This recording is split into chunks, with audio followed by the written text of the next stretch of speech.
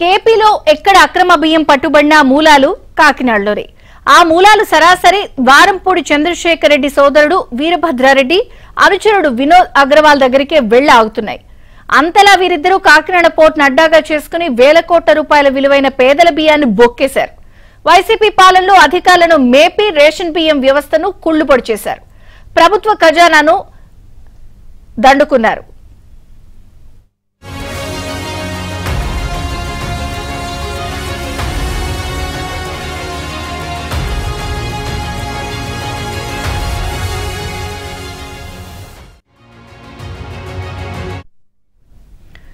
అయితే కూటమి ప్రభుత్వం చర్యలతో రేషన్ బియ్యం మాఫియాపై ఉచ్చు బిగుస్తోంది.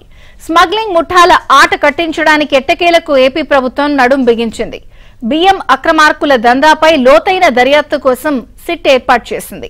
ప్రధానంగా ఈ ఏడాది జూన్, జూలై నెలల్లో కాకినాడ చుట్టుపక్కల రేషన్ బియ్యం అక్రమంగా తరలిస్తూ పట్టుబడ్డ 13 కేసులపై ప్రత్యేకంగా దర్యాప్తు చేసి డొంకలాగాలని ప్రభుత్వం ఆదేశించింది.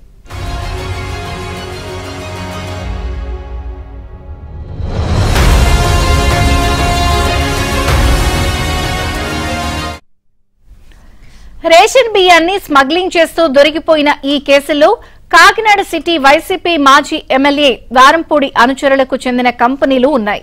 మరోపక్క వారంపూడి సోదరుడు, ఆయన ప్రధాన అనుచరుడి కంపెనీలు వైసీపీ అధికారంలో ఉన్న 5 ఏళ్లలో ఊహకు అందని విధంగా ఏకంగా 13.41 లక్షల మెట్రిక్ టన్నుల బియ్యాన్ని ఆఫ్రికా దేశాలకు తరలించాయి.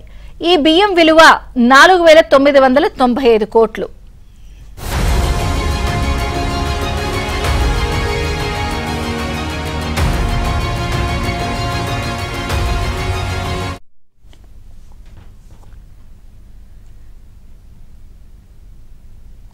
ఇక రేషన్ బియ్యాన్ని తరలించేందుకు వైసీపీ అక్రమార్కులు ఉమ్మడి తూర్పుగోదావరి జిల్లాలతో పాటు ఏపీ వ్యాప్తంగా నెట్వర్క్ ఏర్పాటు చేసుకున్నారు.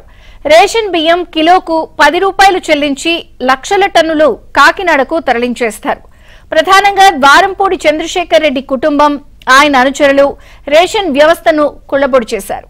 వారంపూడి కుటుంబం కారణంగానే రేషన్ బియ్యం స్మగ్లింగ్ కాకినాడలో చెలరేగింది.